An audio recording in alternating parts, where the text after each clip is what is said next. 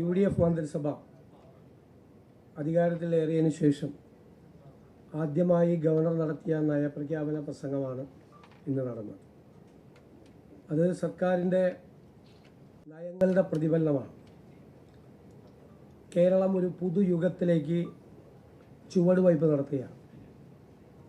ഒരു പുതിയ കാലത്തിലേക്ക് കടന്നു വരികയാണ്. ആ നയ വ്യതിയാനവും ആ നയങ്ങളുടെ പ്രഖ്യാപനവുമാണ് ഇന്ന് ഗവർണർ നടത്തിയത്. അതിലൂടെ ഒരു കാര്യം വ്യക്തമാണ്: ഞങ്ങൾ തിരഞ്ഞെടുപ്പ് കാലത്ത് ജനങ്ങളോട് നൽകിയ വാഗ്ദാനങ്ങൾ പൂർണ്ണമായി നടപ്പാക്കും. എല്ലാ വെല്ലുവിളികളെയും ജനാധിപത്യപരമായ മാർഗത്തിലൂടെ അതിനെ മറികടന്ന് അതിനെ അതിജീവിച്ച് ഈ പുതുയുഗത്തിലേക്കുള്ള യാത്ര തുടരും. നിങ്ങൾക്കറിയാം, 5 ഇന്ദിരാ ഗ്യാരണ്ടികളും പ്രഖ്യാപിച്ച് നടപ്പാക്കും. 2 തീരുമാനമെടുത്തു കഴിഞ്ഞു. ബാക്കിയുള്ളത് അതിൻ്റെ സാമ്പത്തികമായ മറ്റ് കാര്യങ്ങൾ കൂടി പരിശോധിച്ച്, ഗവൺമെൻറ് തലത്തിൽ പരിശോധിച്ച് ഉചിതമായ സമയത്ത് മറ്റു പരിപാടികൾ കൂടി പ്രഖ്യാപിക്കും. ഞങ്ങളുടെ സ്വപ്ന പദ്ധതികൾ കേരളത്തിനെ ഒരു തുറമുഖ നഗരമാക്കി മാറ്റുക എന്ന വലിയ സ്വപ്നം, 2 അന്താരാഷ്ട്ര തുറമുഖങ്ങളെയും ഒരു കണ്ടെയ്നർ ടെർമിനലിനെയും 17 മിനി തുറമുഖങ്ങളെയും ഏകോപിപ്പിച്ചുകൊണ്ടുള്ള വലിയൊരു പദ്ധതിക്ക് സർക്കാർ തുടക്കം കുറിക്കും.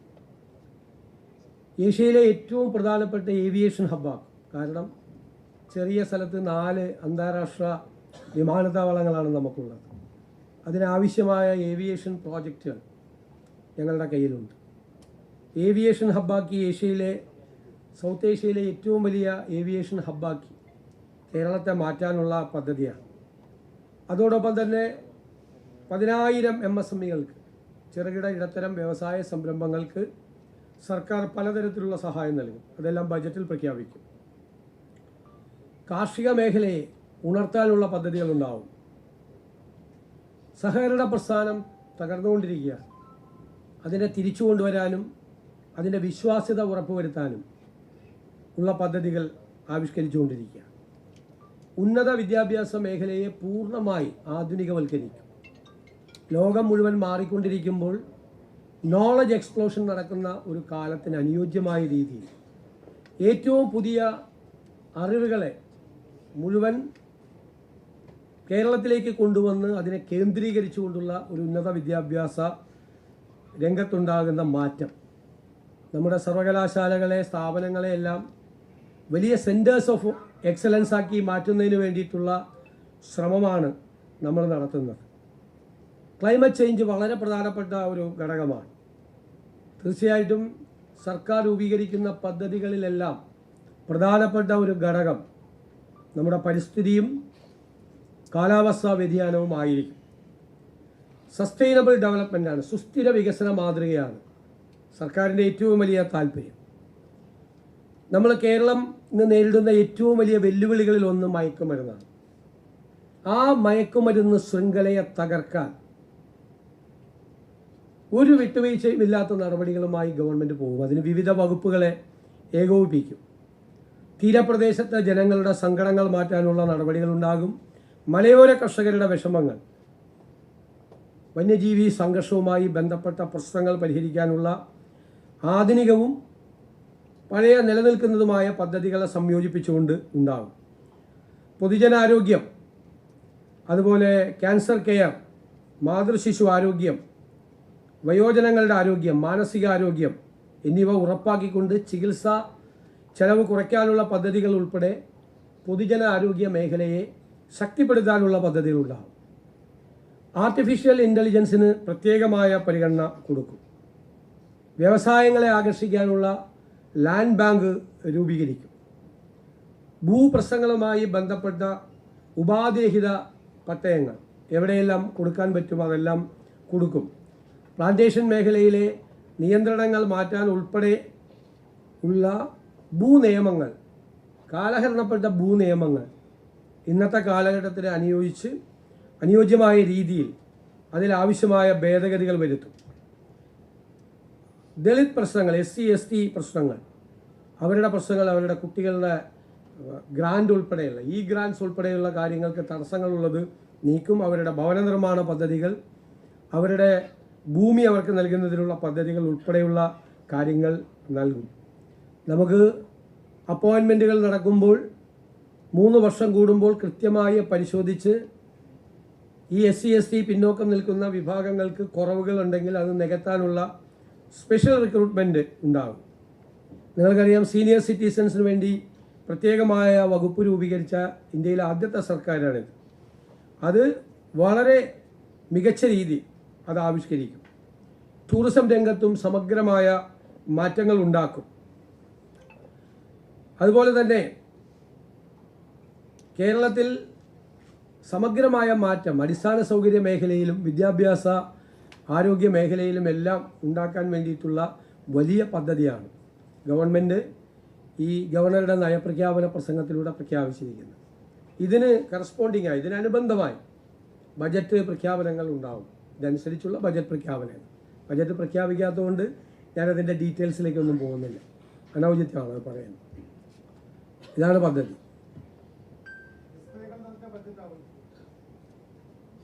തീർച്ചയായിട്ടും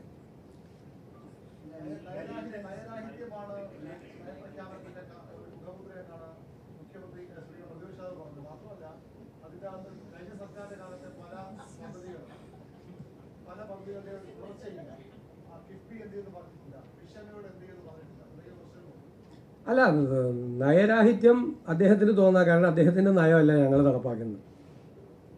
ഇത് പുതിയ ഗവൺമെൻറ്റിൻ്റെ നയമാണ് നടപ്പാക്കുന്നത്. വളരെ വ്യത്യസ്തമായ നയമാണ്. സമീപനങ്ങളിലുള്ള മാറ്റം, വളരെ കാര്യമായിട്ടുള്ള മാറ്റമുണ്ട് സമീപനങ്ങളിൽ. ഇത് ഞങ്ങൾ പറഞ്ഞിട്ടാണ് തെരഞ്ഞെടുപ്പിൽ ജയിച്ചത്. ആ നയങ്ങൾ മാറ്റമുണ്ടാവും. ഗവൺമെൻറ് തുടർച്ചയാണ്. ആ തുടർച്ചയായിട്ടുള്ള പദ്ധതികൾ ഗവർണറുടെ പദ്ധതികൾ പ്രഖ്യാപിക്കേണ്ട ആവശ്യമില്ലല്ലോ. ഗവൺമെൻറ്റിൻ്റെ നയപ്രഖ്യാപനം ഗവർണർ നടത്തുമ്പോൾ നേരത്തെയുള്ള പദ്ധതികൾ എടുത്തു പറഞ്ഞ് അത് തുടരും എന്ന് പറയേണ്ട ആവശ്യമില്ല. പിന്നെ കിഫ്ബിയെ സംബന്ധിച്ച് ഈ ഗവൺമെൻറ് പഠിച്ചുകൊണ്ടിരിക്കുകയാണ്. അത് കൂടുതൽ പഠിക്കുന്നതിന് വേണ്ടിയിട്ടുള്ള ഒരു കമ്മിറ്റിയെ നിയമിക്കുന്ന കാര്യം സർക്കാരിൻ്റെ പരിഗണനയിലാണ്. അതുകൊണ്ടാണ് ഇന്ന് ബോർഡ് യോഗം കൂടി പല അജണ്ടകളും മാറ്റിവെച്ചു. കാരണം തീരുമാനങ്ങൾ എടുക്കാൻ ഒരു നയപരമായ തീരുമാനം അക്കാര്യത്തിൽ എടുത്തതിന് ശേഷം ഇപ്പോഴത്തെ കിഫ്ബിയുടെ അവസ്ഥയും അവിടെ നടക്കുന്ന കാര്യങ്ങളും എല്ലാം കൃത്യമായി പരിശോധിച്ച് വേണ്ട രീതിയിൽ കിഫ്ബിയെക്കുറിച്ചുള്ളൊരു തീരുമാനം ഉണ്ടാവും. തീർച്ചയായിട്ടും അതെല്ലാം ഉണ്ടാവുമല്ലോ. ഇൻലാൻഡ് നാവിഗേഷൻ്റെ കാര്യത്തിലും നമ്മുടെ പോർട്ട് എന്ന് പറയുന്നത് നമ്മുടെ ഒരു വളരെ പ്രധാനപ്പെട്ട ഒരു കാര്യമാണ്. ഏറ്റവും പ്രയോറിറ്റി കൊടുക്കുന്ന ഡ്രീം പ്രോജക്റ്റാണ്. നേരത്തെ തന്നെ പറഞ്ഞതുപോലെ ഈ തുറമുഖ നഗരമാക്കി മാറ്റുമ്പോൾ ഇൻലാൻഡ് നാവിഗേഷനും പ്രധാനപ്പെട്ട വാട്ടർ വേസും നമ്മുടെ ഇന്ന് അദ്ദേഹം തന്നെ പ്രസംഗത്തിലുണ്ട്, നദികൾ, തടാകങ്ങൾ, ഇതിനെല്ലാം ഇൻ്റഗ്രേറ്റ് ചെയ്തുകൊണ്ടുള്ള, സംയോജിപ്പിച്ചുകൊണ്ടുള്ള വലിയ പദ്ധതിയാണ് വരുന്നത്.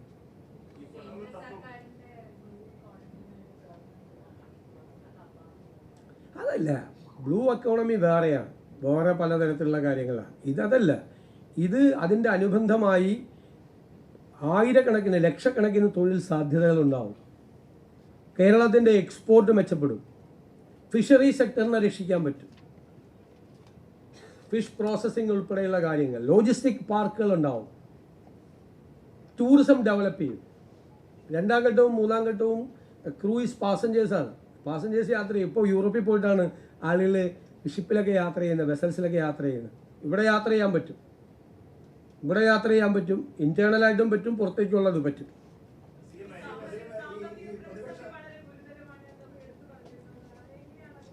അത് പരിഹരിക്കാനുള്ള നടപടികളുണ്ടാവും. ഞാൻ നേരത്തെ തന്നെ പ്രഖ്യാപിച്ചിട്ടുണ്ട് 5 കാര്യങ്ങൾ. നല്ല ഫിനാൻസ് മാനേജ്മെൻ്റ് ഉണ്ടാവും. ടാക്സ് അഡ്മിനിസ്ട്രേഷൻ പുനഃസംഘടിപ്പിക്കും. ഖജനാവിലെ ലീക്കേജ് തടയും. ഇക്കോണമിയെ ഉത്തേജിപ്പിക്കുന്നതിനുള്ള പദ്ധതികളുണ്ടാവും.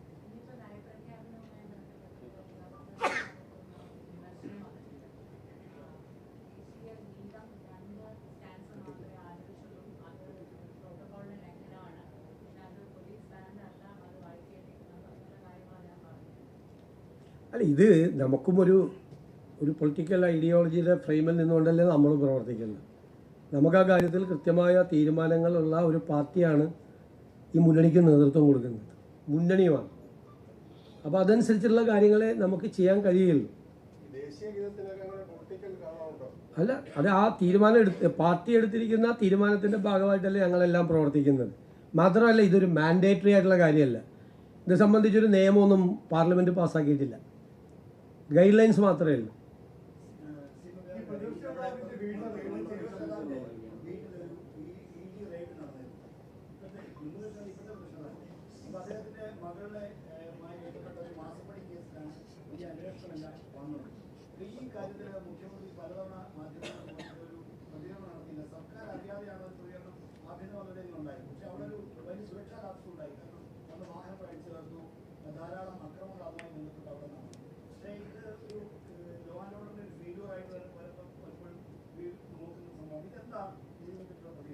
ഇനി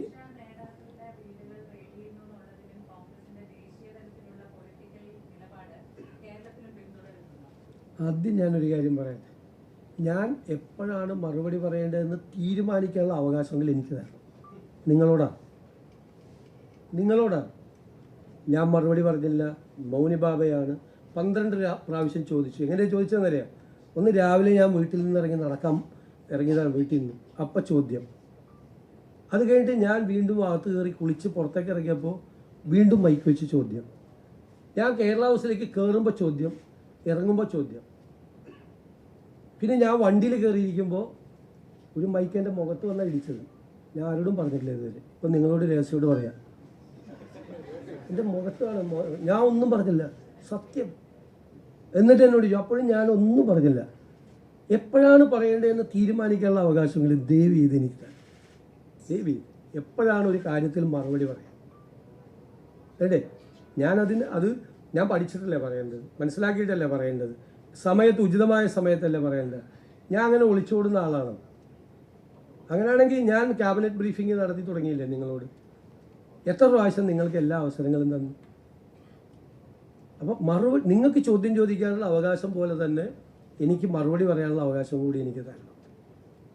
എന്നിട്ട് 12 പ്രാവശ്യം ചോദ്യം ചോദിച്ചിട്ട് പോയില്ല. 12 പ്രാവശ്യം, നിങ്ങൾക്ക് 24 പ്രാവശ്യം ചോദ്യം ചോദിക്കുക. എനിക്ക് മറുപടി പറയേണ്ട സമയം ഞാനല്ലേ തീരുമാനിക്കേണ്ടത്. അതെനിക്ക് തരണം. റിക്വസ്റ്റാണ്.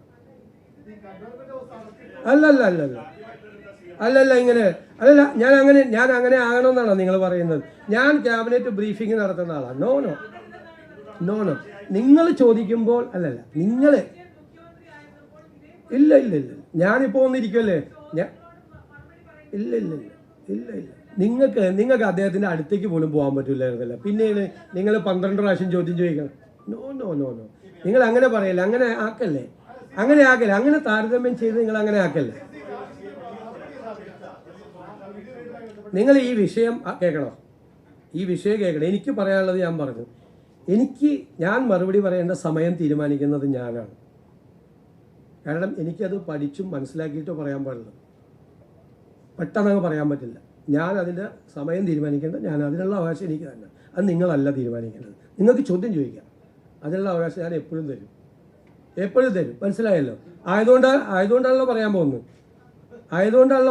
നിങ്ങളല്ല തീരുമാനിക്കണം, ഞാനാണ് തീരുമാനിക്കുന്നത്. അത്രയും എനിക്ക് അവകാശം വേണം. ഞാൻ പറയട്ടെ, ഞാൻ അതിന് ഉത്തരം പറഞ്ഞില്ലല്ലോ ചോദിച്ചതിന്. ഇതെന്താണ് സംഭവം? ഇതൊരു കേസ് ഓൾറെഡി കേന്ദ്ര ഏജൻസി രജിസ്റ്റർ ചെയ്ത കേസാണ്. കേന്ദ്ര ഏജൻസി രജിസ്റ്റർ ചെയ്ത കേസാണ് ആണല്ലോ. അന്വേഷണത്തിൻ്റെ ഭാഗമായിട്ടാണ് അവർ നടപടികൾ സ്വീകരിക്കുന്നത്. സംസ്ഥാന ഗവൺമെൻറ് ഇതിൻ്റെ അകത്ത് എന്ത് റോളാണ്? ഒരു റോളും ഇല്ല സംസ്ഥാന ഗവൺമെൻറ്. ഞങ്ങളെ അറിയിച്ചിട്ട് പോലുമില്ല. പോലീസിനെ അറിയിച്ചിട്ടില്ല. അവരവിടെ നിന്ന് പിരിഞ്ഞു പോകാൻ നേരത്ത് പോലീസിനെ അറിയിച്ചിട്ടില്ല. ചെയ്തത് എന്താണ്? ആഭ്യന്തര വകുപ്പ് ചെയ്ത് ഞാൻ ആഭ്യന്തരമന്ത്രിയെ പ്രത്യേകമായി അഭിനന്ദിക്കുകയാണ്. അദ്ദേഹമാണ് അവിടെ ആൾക്കൂട്ടം കൂടുന്നത് കണ്ടിട്ട് അവിടെ ഒരു ലോ ആൻഡ് ഓർഡർ സിറ്റുവേഷൻ ഉണ്ടാകരുത് എന്ന് കരുതി അങ്ങനെ ഒരു റെയ്ഡ് നടക്കുന്ന വിവരം ഗവൺമെൻറ്റിനോ പോലീസിനോ അറിയില്ലാതിരുന്നിട്ടും അദ്ദേഹം പോലീസിനെ വിട്ട അദ്ദേഹമാണ്. കുറേ സംഘർഷങ്ങൾ ലഘൂകരിക്കാൻ കഴിഞ്ഞു. ഞാൻ ചോദിക്കട്ടെ, ആ സമീപനം ശരിയാണോ?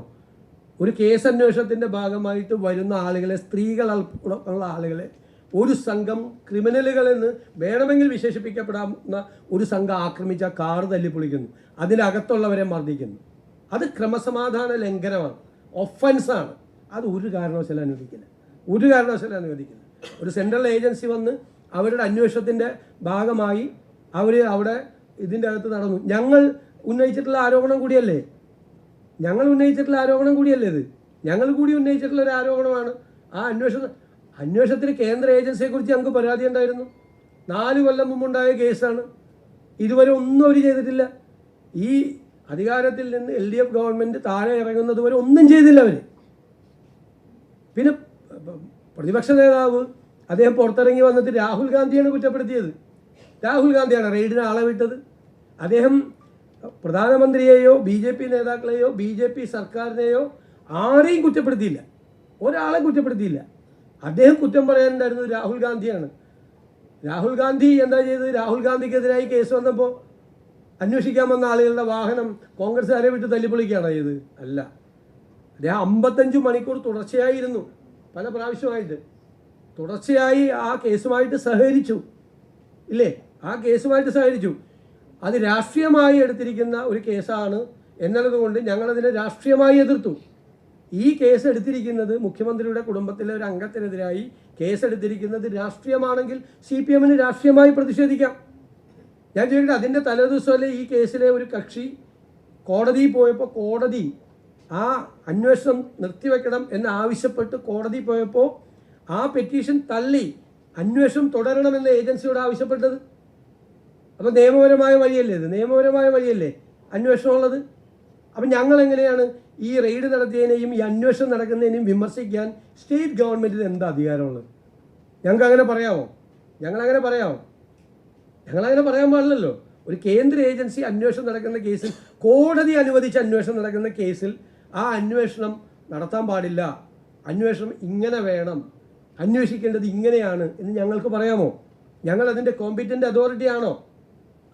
ഞാൻ വളരെ ജെന്യൂനായിട്ട് ചോദിക്കുകയാണ് നിങ്ങളോട്. ഞങ്ങളതിൻ്റെ കോമ്പീറ്റൻ്റ് അതോറിറ്റി അല്ല. ഞങ്ങൾക്ക് അതിൻ്റെ അകത്തില്ല. ഞങ്ങൾക്ക് ക്രമസമാധാന പ്രശ്നം ഉണ്ടായാൽ അതിൻ്റെ അകത്ത് ഇടപെട്ടു ശക്തിയായ നടപടികൾ സ്വീകരിക്കും. അത് തെറ്റാണ്, അത് ആവർത്തിക്കാൻ പാടില്ല. അത്തരം സംഭവങ്ങൾ ആവർത്തിക്കാൻ പാടില്ല. ഗുരുതരമായ കുറ്റകൃത്യമാണ് അവിടെ നടന്നത്.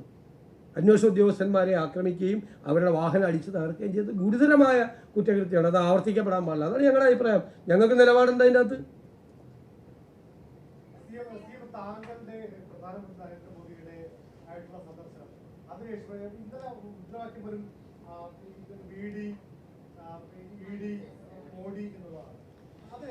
ഞാൻ ഈ സർക്കാർ വന്നതിന് ശേഷമുള്ള രണ്ടാമത്തെ തമാശയാണിത്. ആദ്യത്തെ തമാശ 14 പ്രാവശ്യം റിക്കവറി നടത്താൻ പോയിട്ട് ഒന്നും ചെയ്യാതെ ഞങ്ങളുടെ സർക്കാർ വന്നതിൻ്റെ പിറ്റേ ദിവസം റിക്കവറി എറണാകുളത്തെ ഭൂമിയിൽ നടത്തിയപ്പോൾ അതിന് സമരം ചെയ്യാൻ പോയ മന്ത്രിമാരുടേതായിരുന്നു ആദ്യത്തെ തമാശ. ഇത് കേർട്ടസി കോളാണ്. എനിക്ക് മുൻപുണ്ടായിരുന്ന ശ്രീ പിണറായി വിജയൻ ഉൾപ്പെടെയുള്ള മുഴുവൻ മുഖ്യമന്ത്രിമാരും അവരുടെ സ്ഥാനമേറ്റ് കഴിഞ്ഞാൽ അവിടെ ആരാണ് പ്രധാനമന്ത്രിയെങ്കിലും പ്രധാനപ്പെട്ട മന്ത്രിമാരെ പോയി കാണുന്നത് കേർട്ടസി കോളാണ്.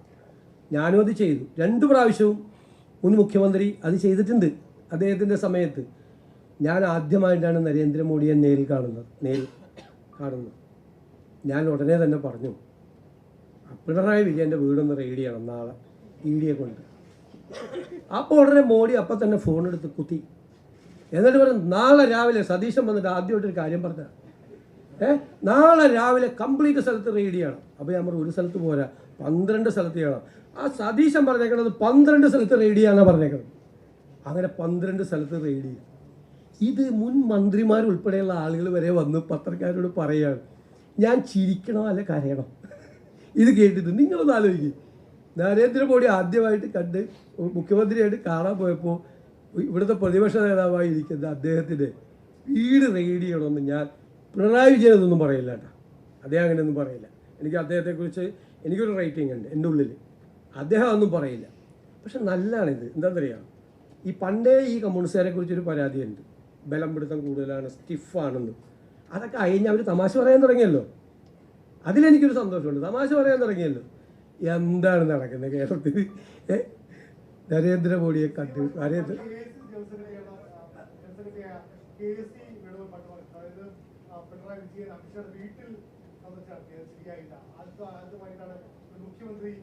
അങ്ങനെയൊന്നും അദ്ദേഹം പറയില്ല.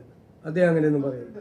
അതൊക്കെ എല്ലാവരും കാണും. പ്രധാനപ്പെട്ട ആളുകളെ, പ്രത്യേകിച്ച് ഹോം മിനിസ്റ്ററെ കാണണം.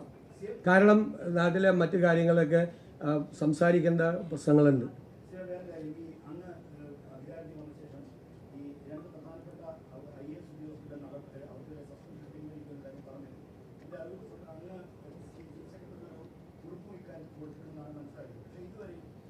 2 ദിവസം അവധിയല്ലായിരുന്നു. പിന്നെ ഒരു ഞായറാഴ്ച ആകെ ഒരാഴ്ചയിലെന്ന് വന്നിട്ട് അതിനിടയിൽ ഒരു ഞായറാഴ്ച പോയി, പിന്നെ 2 ദിവസം അവധിയും പോയി. ഒന്ന് നിൽക്കട്ടെ, അതൊക്കെ ഞാൻ നിങ്ങളോട് മറുപടി പറഞ്ഞല്ലോ. അതൊക്കെ പരിശോധിച്ച് വേണ്ട നടപടികൾ ഉചിതമായ സമയത്ത് സ്വീകരിക്കും. കാരണം അങ്ങനെ അനാവശ്യമായ കാലതാമസം ഒരു കാര്യത്തിലുണ്ടാവില്ല. അല്ലല്ല, അതൊക്കെ നമ്മളല്ലേ, ചീഫ് സെക്രട്ടറി അല്ലല്ലോ കേരളം ഭരിക്കാൻ വേണ്ടിയിട്ട് ആളുകൾ തിരഞ്ഞെടുത്തത്. ചീഫ് സെക്രട്ടറി അല്ലല്ലോ, ഞങ്ങളെയല്ലേ തിരഞ്ഞെടുത്തിരിക്കുന്നത്, ഞങ്ങളല്ലേ തീരുമാനങ്ങൾ എടുക്കണം, അത് ഇംപ്ലിമെന്റ് ചെയ്യാണ്. അദ്ദേഹം അടക്കമുള്ള ജോലി അദ്ദേഹം അത് നന്നായിട്ട് ചെയ്യുന്നുണ്ട്.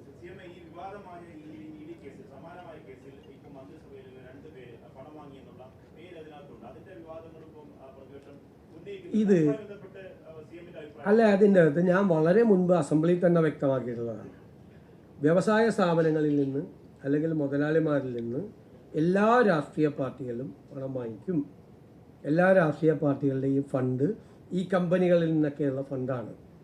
അങ്ങനെ CMRLൻ്റെ ആളിൽ നിന്ന് ഞങ്ങളുടെ പാർട്ടിക്കാർ മാത്രമല്ല കേരളത്തിലെ എല്ലാ രാഷ്ട്രീയ പാർട്ടികളും ആ പണം മേടിച്ചിട്ടുണ്ട്. ആ പണം മേടിച്ചതല്ല ഇവിടുത്തെ കേസ്. ഇവിടുത്തെ കേസ് ഒരു കമ്പനിയും ആ കമ്പനിയും തമ്മിൽ നടത്തിയ ഇടപാടിൽ ആ കമ്പനിയുടെ അക്കൗണ്ടിലേക്ക്, എക്സാലോജിക് കമ്പനിയിലേക്ക് വലിയ തുക അയച്ചു കൊടുത്തു. ക്ലയൻറ്റ് സർവീസിന് വേണ്ടിയിട്ടാണ് അയച്ചു കൊടുത്തത്. എന്നാൽ ക്ലയൻറ്റ് സർവീസ് നടത്താതെ കള്ളപ്പണം വെളുപ്പിക്കാൻ വേണ്ടി മണി ലോണ്ടറിങ് ആണ്. അതുകൊണ്ടാണ് PMLA ആക്ട് വരുന്നത്. മനസ്സിലായില്ലേ? പ്രിവെൻഷൻ ഓഫ് മണി ലോണ്ടറിങ് ആക്ടിൻ്റെ പ്രൊവിഷൻസ് അട്രാക്ട് ചെയ്യുന്ന എന്നാണ് കേസ്. കേസിൻ്റെ ശരി മെറിറ്റും ഡിമെറിറ്റും അല്ല ഞാൻ പറഞ്ഞത്, അതാണ് ആ കേസ്. അതും രാഷ്ട്രീയ നേതാക്കൾ ബിസിനസ്സുകാരിൽ നിന്ന് പണം മേടിക്കുന്നതും തമ്മിൽ എന്ത് ബന്ധമാണുള്ളത്? രാഷ്ട്രീയ നേതാക്കളും രാഷ്ട്രീയ പാർട്ടികളും എല്ലാവരുടെയും ഇപ്പോൾ CPMൻ്റെ അക്കൗണ്ട് എടുത്ത് നോക്കിയാൽ അറിയാമല്ലോ. CPM ഈ വ്യക്തിയുടെ നിന്ന് CPM വാങ്ങിച്ചിരുന്ന പണം. CPM നേതാക്കളൊക്കെ ആയിട്ട് വ്യക്തിപരമായ ബന്ധമുള്ള ആളാണ്. എൻ്റെ കോൺസ്റ്റിറ്റ്യുവൻസിയുടെ ഇപ്പുറത്തുള്ള ആളാണ്, ഞങ്ങൾക്കൊക്കെ പരിചയമുള്ള ആളാണ്. വ്യവസായിയായിട്ടുള്ള ഒരാളാണ്. കൊച്ചിയിലെ വലിയ പ്രധാനപ്പെട്ട വ്യവസായിയായിട്ടുള്ള പ്രധാനപ്പെട്ട സ്ഥാപനമാണത്. അത് അവരെ ഇന്ന് രാഷ്ട്രീയ പാർട്ടികളും രാഷ്ട്രീയ നേതാക്കന്മാരും സാമൂഹ്യ സംഘടനകളും അമ്പല കമ്മിറ്റിയും പള്ളി കമ്മിറ്റിയും പൈസ മേടിച്ചതല്ല ഇവിടുത്തെ കേസ്. മനസ്സിലായില്ലേ? അതാണ് വ്യത്യാസം. അത് ഞാൻ I have made it very clear in the floor of the assembly. അത് ഞങ്ങൾ പറഞ്ഞല്ലോ, അതൊരു കേസ് അന്വേഷണത്തിൻ്റെ ഭാഗമാണല്ലോ. നമുക്കതിൻ്റെ അകത്ത് എന്താണ്, റെയ്ഡ് നടത്താൻ പാടില്ല, അന്വേഷണം നടത്താൻ പാടില്ല. ED എങ്ങനെ അന്വേഷണം നടത്തണമെന്ന് സ്റ്റേറ്റ് ഗവൺമെൻറ് പറയാൻ പറ്റുമോ? ഞാൻ വളരെ ഫെയർ ആയിട്ടാണ് നിങ്ങളോട് ചോദിക്കുന്നത്. ഗവൺമെൻറ്റിന് ചില പരിമിതികളില്ലേ? ഗവൺമെൻറ്റിന് പറയാൻ പറ്റുമോ? ED ഇപ്പോൾ CBI ഒരു കേസ് അന്വേഷിക്കുന്നു, നമ്മുടെ ഗവൺമെൻറ് തന്നെ റെക്കമെൻഡ് ചെയ്തിട്ടുണ്ട്, ഹൈക്കോടതി റെക്കമെൻഡ് ചെയ്തിട്ടുണ്ട്. CBI വരുമ്പോൾ ഉടനെ CBIയുടെ അന്വേഷണ ഉദ്യോഗസ്ഥനെ നമ്മുടെ DGPയോ മുഖ്യമന്ത്രിയോ ആഭ്യന്തരമന്ത്രിയോ വിളിച്ചു വരുത്തി ഈ അന്വേഷണം ഇങ്ങനെ വേണം എന്ന് പറയാൻ പറ്റുമോ? പറയാൻ പറ്റില്ല. അതൊരു കേസ് അന്വേഷണം നടക്കുകയാണ്. അതിൻ്റെ അകത്ത് രാഷ്ട്രീയമായിട്ടുള്ള വിഷയമുണ്ടെങ്കിൽ അത് CPM ആണ്, അവരത് പറഞ്ഞോട്ടെ. പിന്നെ നിയമപരമായ കാര്യങ്ങൾ ലംഘിച്ചുകൊണ്ടാണ് അന്വേഷണം നടക്കണമെങ്കിൽ anybody can approach A court. CMRL കോടതി പോയി ഈ അന്വേഷണം നിർത്തിവെക്കണമെന്ന് ആവശ്യപ്പെട്ടു. കോടതി ആ പെറ്റീഷൻ തള്ളിയിട്ട് ഈ അന്വേഷണം തുടരാൻ പറഞ്ഞു EDയോട്. അതിൻ്റെ പിറ്റേ ദിവസമാണ് EDയുടെ ഈ റെയ്ഡ് നടന്നത്. അപ്പം നമുക്ക് അതിൻ്റെ അകത്ത് പരിമിതികളുണ്ട്.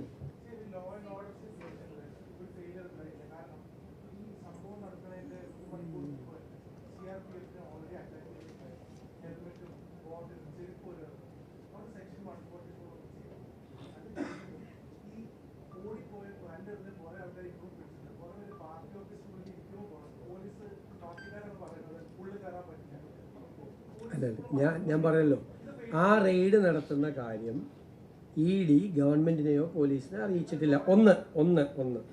രണ്ടാമത്തെ പ്രശ്നം, അവർ കേന്ദ്രസേനയെ വിന്യസിപ്പിച്ചിട്ടാണ് അവർ ഈ റെയ്ഡ് നടത്തുന്നത്. മനസ്സിലായില്ലേ?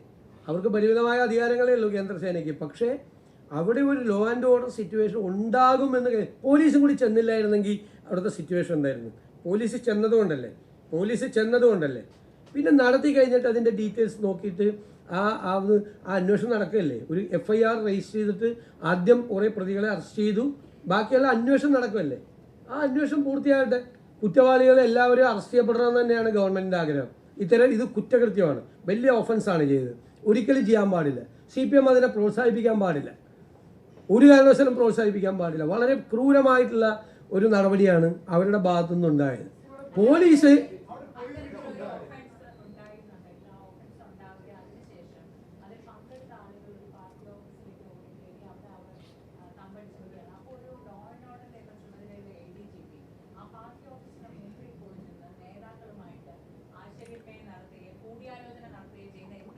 ഞാൻ പറഞ്ഞേക്കാം. ചില സംഘർഷങ്ങൾ ഉണ്ടാകുന്ന സമയത്ത് പോലീസ് കുറച്ചുകൂടി ബുദ്ധിപൂർവമായിട്ട് പെരുമാറും. ആ പെരുമാറ്റമാണ് അവിടെ ഉണ്ടായതെന്നാണ് ഞാൻ കരുതുന്നത്. കാരണം ആ സംഘർഷം വേറൊരു തലത്തിലേക്ക് വളരാതെ ഇപ്പം നടന്ന സംഘർഷത്തിൽ ഒതുങ്ങി നിന്നുകൊണ്ട് ഇപ്പോൾ അവിടെ വേണമെങ്കിൽ പ്രകോപിപ്പിക്കാം, അല്ലെങ്കിൽ കർശന നടപടി, സ്ട്രിക്റ്റ് ആക്ഷൻ എന്ന് പറഞ്ഞിട്ട് കേരള പോലീസ് വിചാരിച്ചാൽ ഏത് പാർട്ടി ഓഫീസിലേക്ക് ഇരച്ചു കയറാൻ പറ്റാത്തത്? ഇരച്ചു കയറാം. ആ പാർട്ടി ഓഫീസിലേക്ക് ഇരച്ചു കയറി അവിടെയുള്ള ആളുകളെ കുറേ പേരെ തല്ലി, കുറേ പേര് തടയുമല്ലോ, അവർക്കിട്ടൊക്കെ നല്ല അടിയൊക്കെ കൊടുത്ത്, വേണമെങ്കിൽ വല്ല വൈരാഗ്യമുള്ളവൻ്റെ 2 കൂടുതൽ കൊടുത്ത്, ഇതൊക്കെ പോലീസിന് ചെയ്യാം. എന്നിട്ട് ഇഷ്ടമുള്ളവരെ തൂക്കിയെടുത്തോണ്ട് പോരാ. അങ്ങനെയാണോ പോലീസ് ചെയ്യേണ്ടത്? ഞാൻ കരുതുന്നത് പോലീസ് ചെയ്തത് കുറച്ചുകൂടി സംഘർഷം അയവ് വരുത്താൻ അജിറ്റേറ്റഡായി കുറേ ആൾ നിൽക്കുകയാണ്. അതിൻ്റെ ഇടയിൽ ക്രിമിനൽസും ഉണ്ട് അതിൻ്റെ ഇടയിൽ നിൽക്കുമ്പോൾ വളരെ ബുദ്ധിപൂർവ്വം ചെയ്തു. ഇനി കേസ് അന്വേഷണം നടക്കുകയല്ലേ, തെറ്റ് ചെയ്ത ഒരാളും രക്ഷപ്പെടില്ല. കുറ്റകൃത്യം, താങ്കളുടെ ചോദ്യം കറക്റ്റാണ്. കുറ്റകൃത്യം ചെയ്ത ഒരാളും രക്ഷപ്പെടില്ല, നടപടിയെടുക്കും.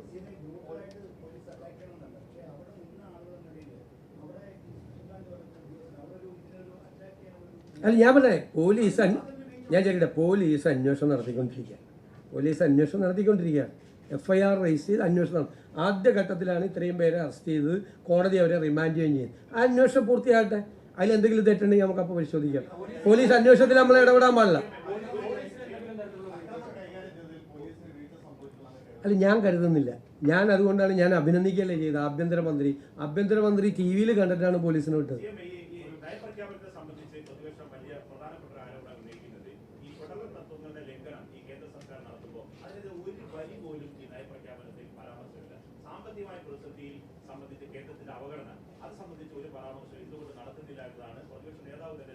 ഇത് സംസ്ഥാനത്ത് അധികാരത്തിലേറിയ ഗവൺമെൻറ് നടപ്പാക്കാൻ പോകുന്ന പദ്ധതികളുടെ നയപ്രഖ്യാപനമാണ്. ഞങ്ങൾ ആ കോൺടെക്സ്റ്റിലാണ് ഞങ്ങളിതിനെ കണ്ടിരിക്കുന്നത്. സംസ്ഥാനത്ത് നടപ്പാക്കാൻ പോകുന്ന പദ്ധതികളുടെ പ്രഖ്യാപനം പോസിറ്റീവായിട്ടുള്ളൊരു കാര്യം. തുടക്കത്തിൽ തന്നെ പറയേണ്ട ഒരു പുതുയുഗ സൃഷ്ടിക്കായിട്ടുള്ള തുടക്കമായിട്ടാണ്. മനസ്സിലായില്ലേ നമ്മൾ ചെയ്തിരിക്കുന്നത്? കേന്ദ്രത്തിനെ വിമർശിക്കേണ്ട ഘട്ടം, കേന്ദ്രമായിട്ടുള്ള ഇടപെടലുകൾ ഞങ്ങൾ ആരംഭിച്ചിട്ടേ ഉള്ളൂ. വിമർശിക്കുന്ന ഘട്ടം വരുമ്പോൾ വിമർശിക്കാം. ആദ്യമേ വിമർശിക്കണം എന്തിനാ? ഞങ്ങൾ പറയട്ടെ, ഞങ്ങളിതെല്ലാം പരിശോധിക്കട്ടെ. കിട്ടാനുള്ള പണം എത്ര? ഞങ്ങളെല്ലാം പരിശോധിക്കുന്നുണ്ട്. കിട്ടാനുള്ള പണം എത്ര വേണം? അവിടെ എന്തുകൊണ്ടാണത് തരാത്തത്? ഓഡിറ്റഡ് സർട്ടിഫിക്കറ്റ് കൊടുക്കാത്തതുകൊണ്ടാണോ? യൂട്ടിലിറ്റി സർട്ടിഫിക്കറ്റ് കൊടുക്കാത്തതുകൊണ്ടാണോ? കഴിഞ്ഞ സ്റ്റേറ്റ് ഗവൺമെൻറ്റിൻ്റെ ഭാഗത്തു നിന്നുള്ള ഫെയിലിയർ കൊണ്ടാണോ പണം കിട്ടാത്തത്? എന്തുകൊണ്ടാണ് പണം തരാത്തത്? ഇതൊക്കെ ഞങ്ങൾ കൃത്യമായി പഠിച്ചുകൊണ്ടിരിക്കുകയാണ്. വൈറ്റ് പേപ്പർ ഇറക്കുമ്പോൾ കുറേ കൂടി കൃത്യമായ പിക്ചർ കിട്ടും.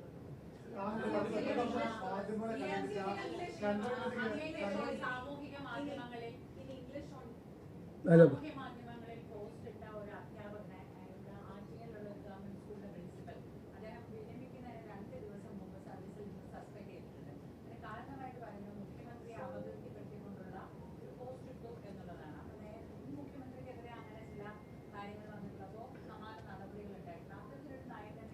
ഇത് കണ്ടായിരുന്നോ? പോസ്റ്റ് കണ്ടായിരുന്നോ? നിങ്ങളിനി പറ, നടപടി എടുക്കണ്ടേ?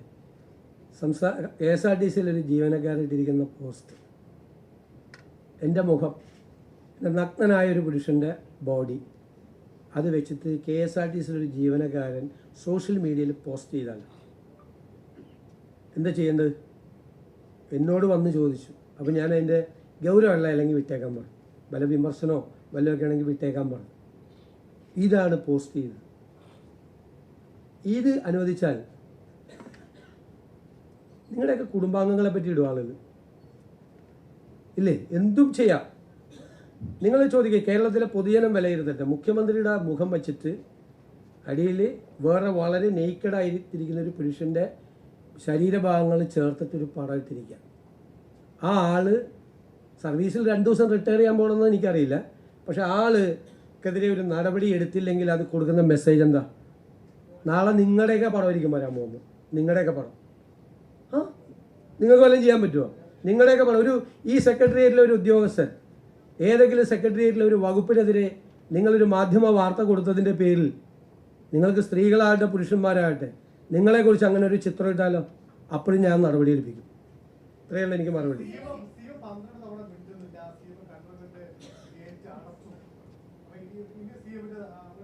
കണ്ടോൺമെൻറ്റ് ഗേറ്റൊന്നും അടച്ചിട്ടില്ല. കണ്ടോൺമെൻറ്റിലെ ഗേറ്റൊന്നും അടച്ചിട്ടില്ല. ഇനി വേറൊരു തമാശയും കൂടി വന്നു. ഈ സംഭവം ഈ ED റെയ്ഡ് നടന്നതോടുകൂടി ഞാൻ എൻ്റെ സെക്യൂരിറ്റി കൂട്ടി, കമാൻഡോകൾ വന്നു എന്നൊക്കെ പറഞ്ഞിട്ട് വേറൊരു വാർത്തയും ഞാൻ കണ്ടു. ഒരു വാർത്തത്തിൽ ഒരു സെക്യൂരിറ്റിയും കൂട്ടിയിട്ടില്ല. ഞാൻ പറഞ്ഞില്ല, 40 വണ്ടിയിൽ നിന്ന് 3 വണ്ടിയിലേക്ക് മാറി. ആ വണ്ടിയായിട്ടാണ് ഞാൻ ഇന്നലെ മലപ്പുറത്തും പോയത്, കോഴിക്കോടും പോയത്. ഒരു വണ്ടി അഡീഷൻ ഉണ്ടായില്ല. ഏതോ ഒരു സ്ഥലത്തൊരു വീട് കാണിച്ചു തരാൻ വേണ്ടിയിട്ട് ഒരു പൈലറ്റ്, ലോക്കൽ പോലീസിൻ്റെ ഒരു പൈലറ്റ് വന്നു.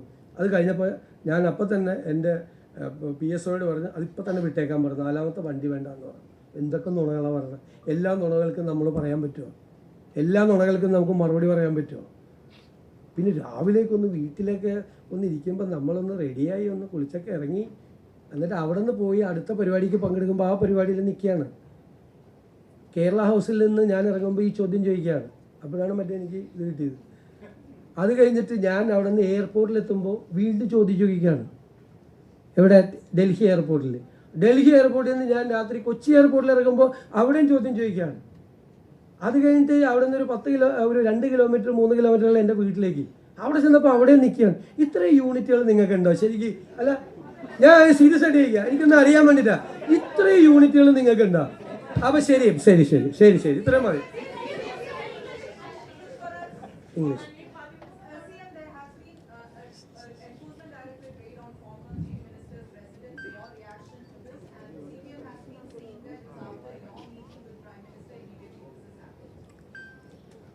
You know that the Enforcement Directorate is a central agency. They have registered a case, and some of the respondents went to the High Court to prevent that investigation. The High Court rejected that petition and allowed the Enforcement Directorate to continue the investigation. As a part of the investigation, the next morning they have raided some of the houses. What is the role of the state government in this? What is the role? How can we say that you cannot investigate? Are we competent to say that? No. Can we say that you should investigate which is suggested by us? No, we cannot say that. How you investigate? This is a part of the case. They are investigating. If it is a political case, the CPM can fight against it. If it is illegal in raiding this part of the investigation, they can approach the court. There are legal remedies. But the court themselves allowed the ED to continue the investigation. I met the Prime Minister, that is right. After assuming the charge of Chief Minister, all the Chief Ministers across the country are visiting the Prime Minister and concerned ministers. This is a courtesy call. And I was first time meeting the Prime Minister of India, first time, personal. I have seen only him in the TV channels and the social media. First time I was seeing him. When I met him, I asked him, you have to conduct a raid tomorrow morning against the leader of opposition Kerala. Is it a joke?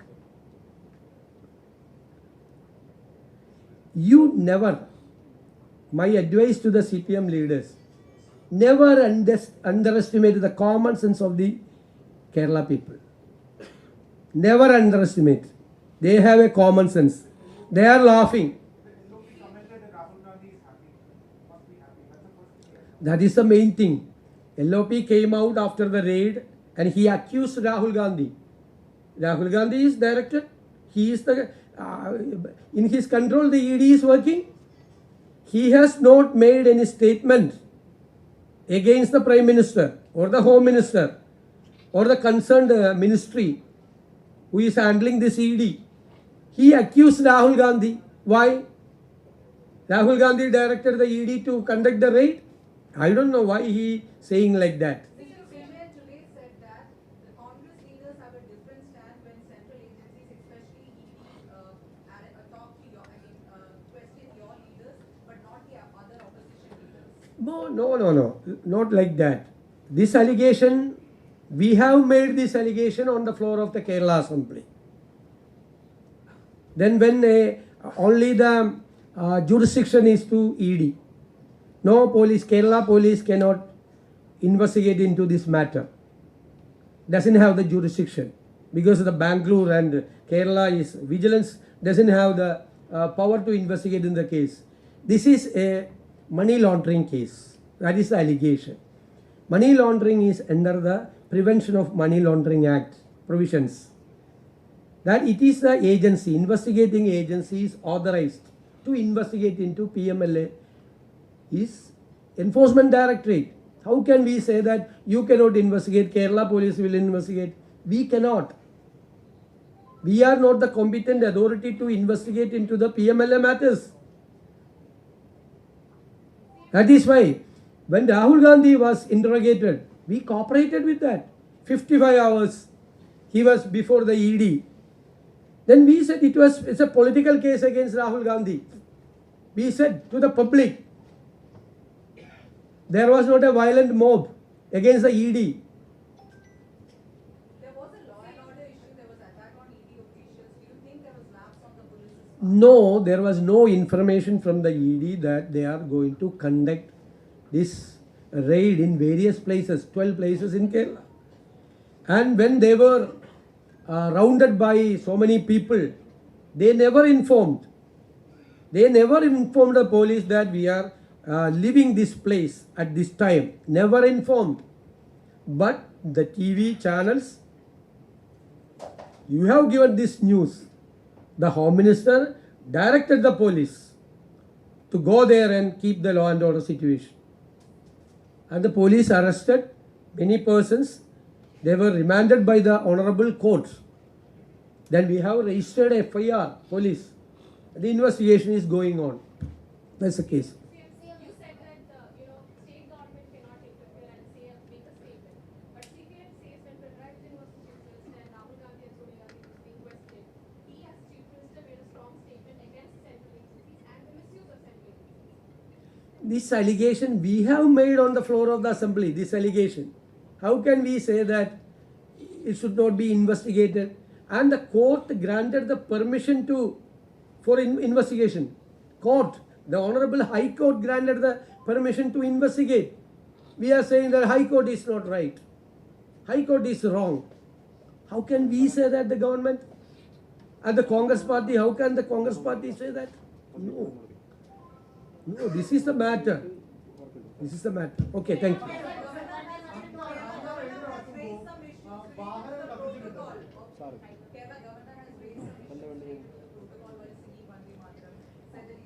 That singing Vande Mataram is not mandatory. This is not a provision of any of the act. Just like a flag code, nothing. This is a guideline only. We have certain decisions on that. Congress party and the UDF is having certain decisions on these stanzas. That is why we have taken that decision. If governor is having some complaint, I will discuss with the governor, definitely.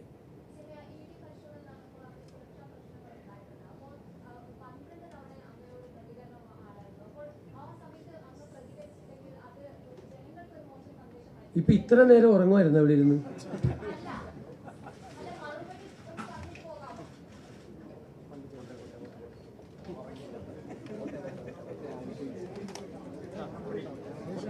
What